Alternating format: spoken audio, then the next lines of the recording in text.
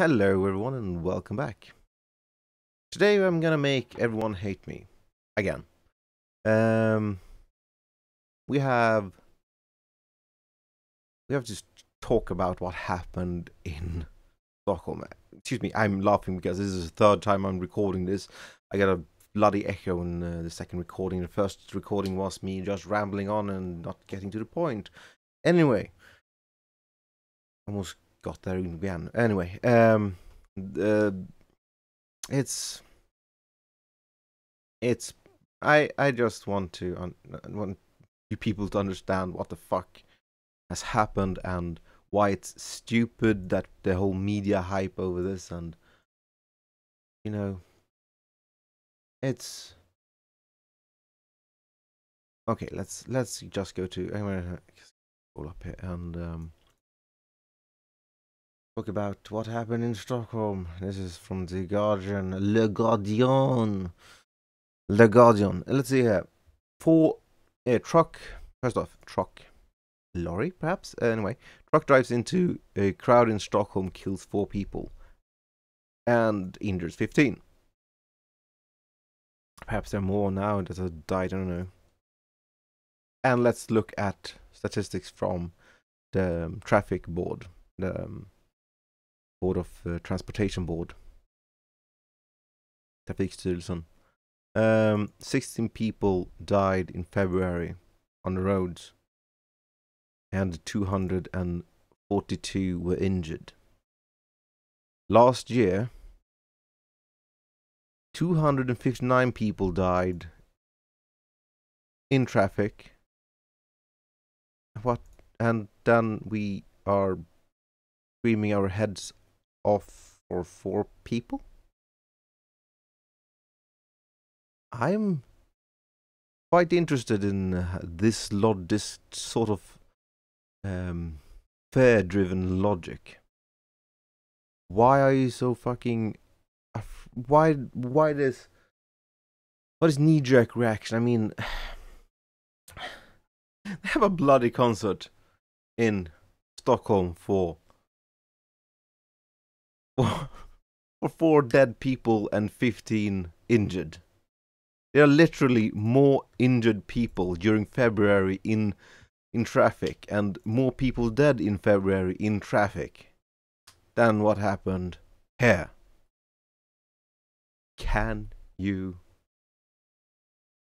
understand? It's stupid. It's stupid.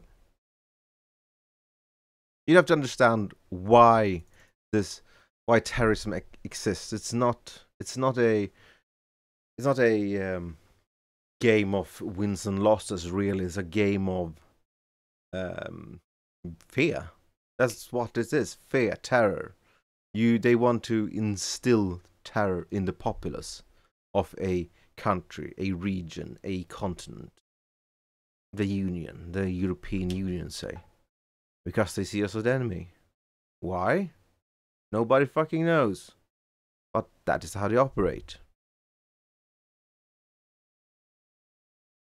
This whole thing is blown out of proportion, and when you hear politicians scream their head off on, we have to stop this with weakening encryption, and we have to stop people from using stuff like I don't know, MSN or not MSN, Skype. I mean Skype and WhatsApp, and oh my god, we have to stop people using encryption. And I'm sitting here like, what the fuck are these people on about? You couldn't even stop a terrorist attack in Paris when they used unencrypted text messages. How the fuck do you expect that to work in a little country like Sweden, you wanker? I get angry when people blow this out of proportion. I mean, yes, it was terrible. It could have been much, much worse. He had explosives with him that didn't go off. He didn't detonate them. If he had detonated them, we would have had a different story. But he didn't, so why is this bloody outburst of, oh, my heart is bleeding for these people? I mean, come on. Are you retarded? Are you bloody retarded?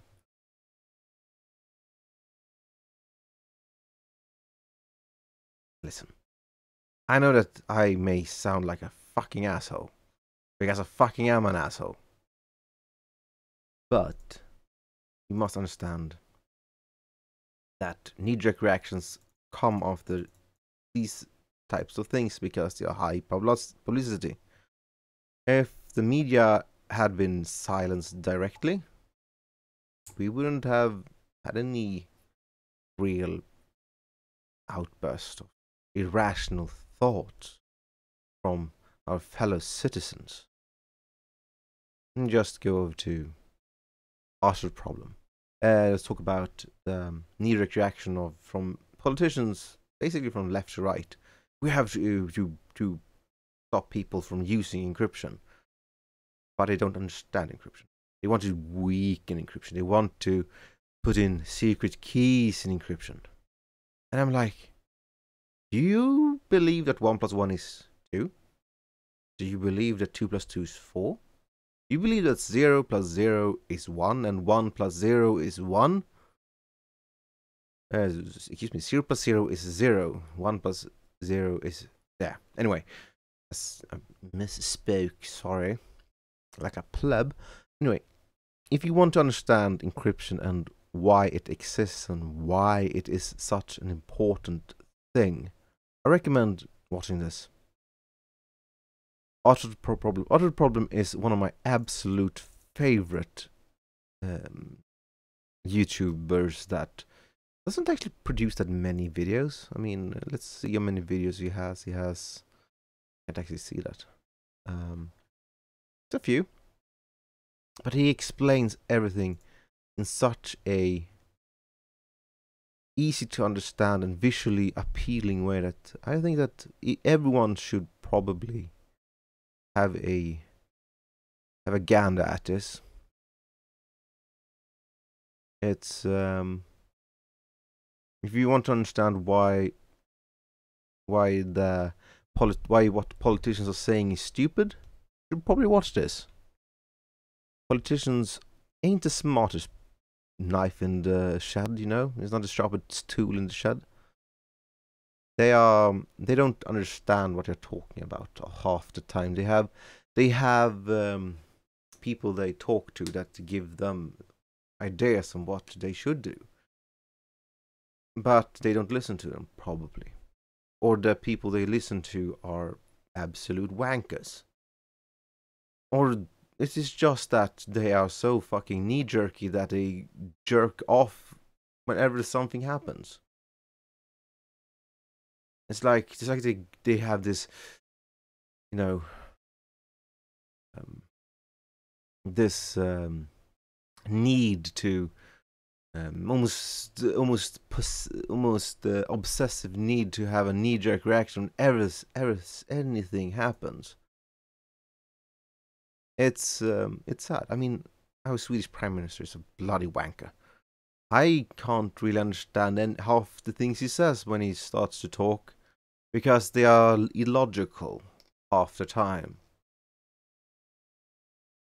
So, he wants to reinstate the law that was basically deemed illegal by the European Union, and he wants basically that to be rewritten so that we can implement. The law was about data retention. Data retention is illegal under European law. Okay? That's it. And he wants to sort of circumvent this by some fiddling with words, you know. And I'm like, are you a bloody wanker? Because there's a reason why we don't have data retention, because it breaks probably a few laws against humanity, you know. European, you know, we have a European Court of Human Rights, you know, and all that.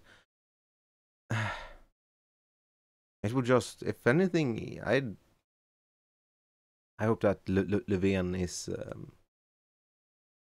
I hope that someone tells him that he's a bloody wanker sometime, because he's a bloody wanker. um, anyway, he wants to have this data retention for what? I don't really understand. He wants to solve crimes, and are like, you can't even solve crimes with it. So why?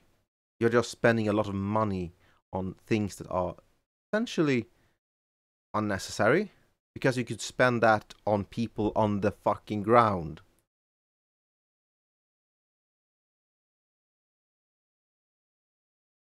And I mean, look at we have had problems with where people have where mothers and fathers have basically contacted the security police, the SAPO, telling them about how their sons have started to grow a beard and started to recite scripture in their face and screaming at them and being an absolute asshole. And you know what? And you know what the security police does?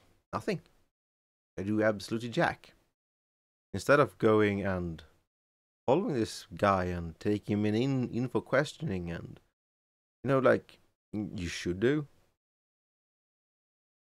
they just ignore it. And next thing you know, he's down in fighting for ISIS.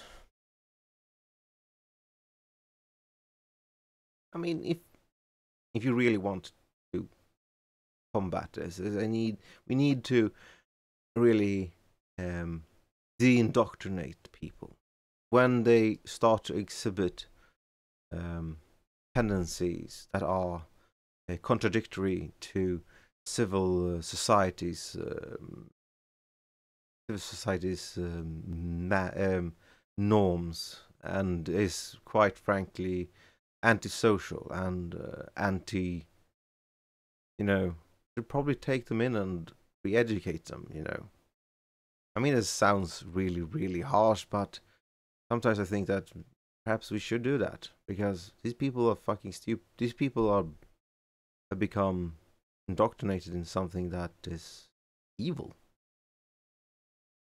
We must understand that.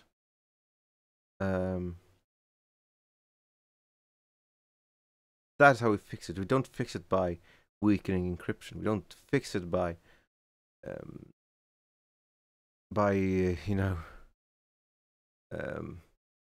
monitoring every single bit and byte and nibble that every single person in Sweden uploads and downloads and looks at, and you are going to be swamped in information. You can't really understand what is all about when you're swamped in information. There are, when you have known unknowns and unknown unknowns, those are quite easy to tackle with. But when you have billions and billions of bits of data to go through, you can be quite certain that this is gonna suck. Of course, you can spit it into a Snowball script, and let Snowball handle the data analysis for you. But fuck me, how many people know Snowball or AWK Awk? I mean, I have used Awk scripts that I have no idea how they work, and Snowball scripts I haven't even tried to understand. They are that's just string magic on a whole different level, but it's super fast. Anyway, data analysis is quite sucky yet when you get to those quantities of data, because there are lots of garbage, lots and lots of garbage. Of course, you can statistically look at the garbage and determine what is noise and what is not noise, but it can be quite tricky, especially if someone uses an extension that automatically every 5 seconds does a web search on random words. You can get a lot of interesting web searches that you have to thrall to and determine, is this noise or not?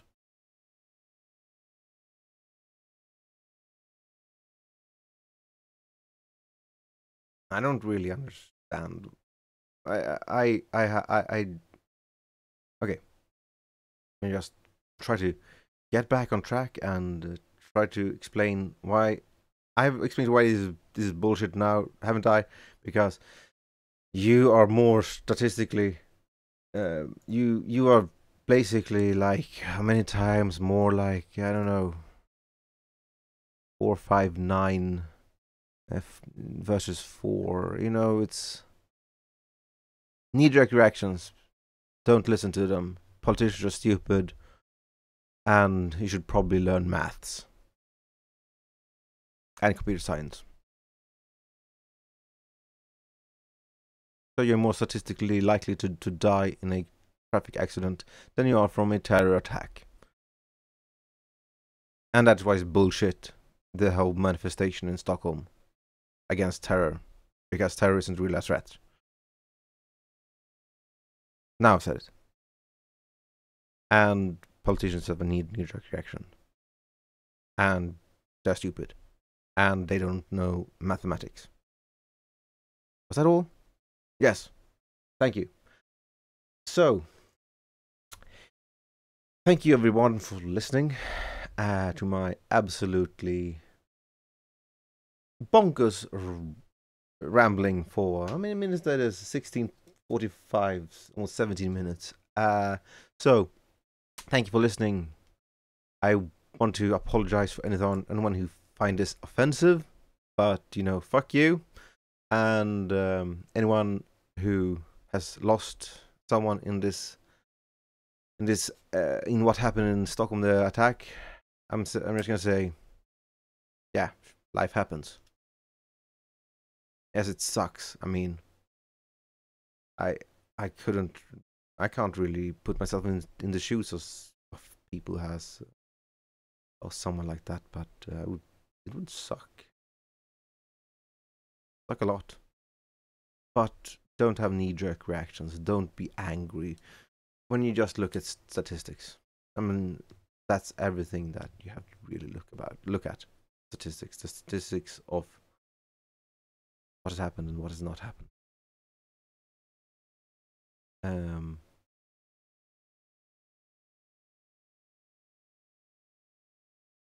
So, see people. Have a good one. I'll see you next time. Please put your hateful comments in the comment section below. Scream at me all you want and call me a fascist or a sand nigger lover or whatever. You know, do whatever you want, because I know I'm right. You know you know I'm right, but you can't accept it. Goodbye. See you next time. Have a good one.